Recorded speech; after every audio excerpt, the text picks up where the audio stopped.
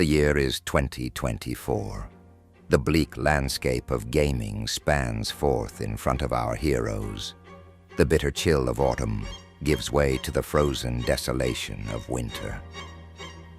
Nothing to play, nothing to do. A distant memory niggled at them from the back of their minds. Restoration. While absolutely dead at the present, tremors of life could be sensed on the horizon. Restoration. Would our livers survive until the patch? Restoration. Once more, into the abyss.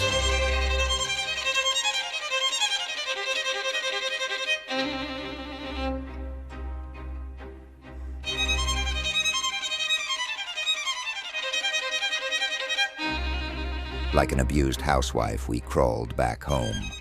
Opening the door and stepping inside revealed a house of horrors. The corpse of PvP greeted us only to be reanimated in the form of tower trading and token farming. Something needed to be done immediately. At once, a galactic civil war permit system was introduced in order to combat this brain-dead bot-like gameplay.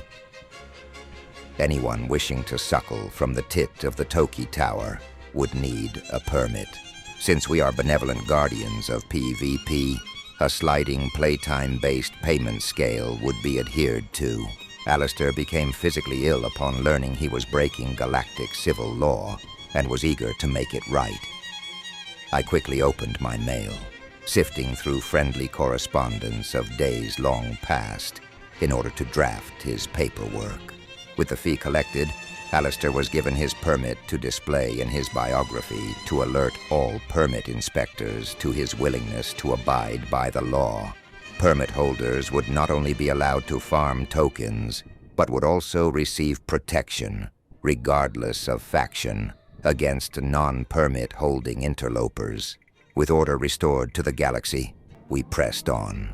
How many more days until the patch would save us? For every law-abiding citizen of the Stawa Galaxy, there seemed to be a lawbreaker to match. Unfamiliar with what content looks like in a sandbox game, many were resistant. Unfortunately for them, the long arm of the law reaches far. Yeah, you guys are gonna get banned. Good thing I don't have a death tag up. With the bipartisan support from galactic senators and autistic space mains alike, we pressed on.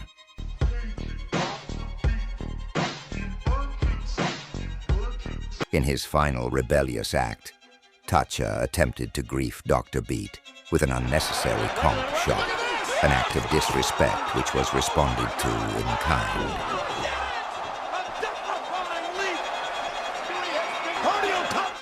No pukesters helping me to the left, and no pukesters helping me to the right. Didn't need them then, don't need them now. Unfortunately, by the time Tatcha had given in to reason and logic, he would also need a wound cap permit. It is important to remember that GCW tokens are a privilege and not a right. And most importantly, PvE players do not have rights. In the end, Tatcha redeemed himself completely by engaging in some galactic racism. What did George Lucas mean by this? The following is actual Discord audio taken days later at 11:35 on a Friday. Wait, can we get in your POB and do nothing? No repair kits? Yeah, dude, fuck yeah. Brother, let me get in your POB and just eat some fucking spice, dude. The situation was dire. While law and order was on the road to recovery, thanks to the Death Licensing Bureau, the Stawa Galaxy was also suffering from another sickness. Moral decay had taken hold of restoration like a cancer. So while my compatriots participated in Power Hour, I set off to stop the spread of degeneracy at the beating heart of society. A once proud profession, entertainers now found themselves selling their bodies for credits. As our bodies are a gift from the prophet George Lucas and modesty a pillar of beauty, virtue must be restored.